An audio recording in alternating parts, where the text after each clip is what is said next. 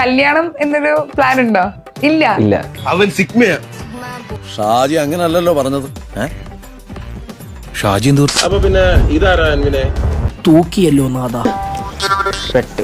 ഈ നിലമ്പൂറുള്ള കൊച്ചിനെ മറന്നോ? ഓ അതോ അത് ഞാനല്ല.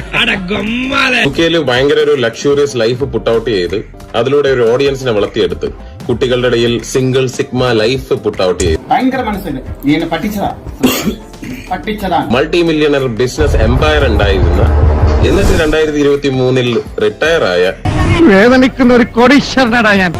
പക്ഷെ വംശനാശം വന്നു പോയില്ലേ. ഇയാള് മൾട്ടി മില്യണർ ആണെന്ന് പറഞ്ഞിരിക്കുന്ന സമയത്തും ഈ കുട്ടിക്ക് കോളേജിൽ പഠിക്കാനുള്ള ഫീസിന് വേണ്ടിയിട്ട് GoFundMe പേജ് വരെ കുട്ടിക്ക് തുടങ്ങേണ്ടി വന്നു. ഈശ്വര ഓരോന്നോരോന്നെ പുറത്തേക്ക് വന്നോണ്ടിരിക്കുകയാണല്ലോ. പക്ഷെ ആ കുട്ടിയുടെ ഡിപ്പെൻഡന്റ് വിസയിലല്ലേ അൻവിൻ എന്ന് പറയുന്ന വ്യക്തി UK നിന്നോണ്ടിരുന്നത്.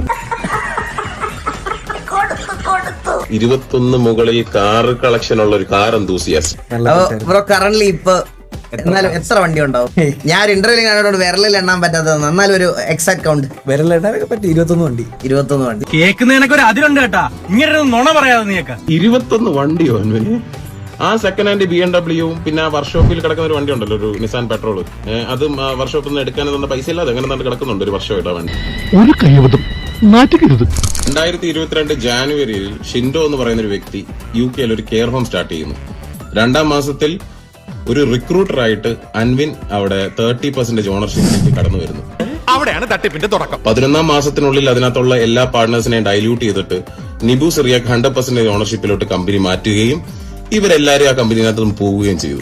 തട്ടിപ്പിൻ നമ്പർ 2. മക്കളൊന്നും ശരിയാകുന്നില്ലല്ലോ ഗംഗാര. ഈ വീഡിയോ പുറത്തു വരാതിരിക്കാൻ വേണ്ടിയിട്ട് എന്റെ കൂട്ടുകാരെ വരെ ത്രെറ്റ് ചെയ്തിട്ടുണ്ടായിരുന്നു ഇവരുടെ ടീം. ക്ഷമിക്കണം, ഉപദ്രവിക്കരുത്, ജീവിതമാണ്. എന്തിന് സെറ്റിൽമെന്റ് ഓഫർ വരെ വന്നു. കമ്മിങ് ടു ദ പോയിന്റ്, ഇതൊരു 3 പാർട്ടുള്ള സീരീസ് ആയിരിക്കും. ഇപ്പൊ നിങ്ങൾ കണ്ടത് ഒരു ട്രെയിലർ മാത്രം.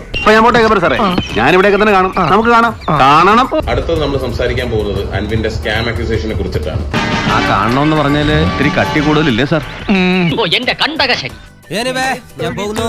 Bye bye.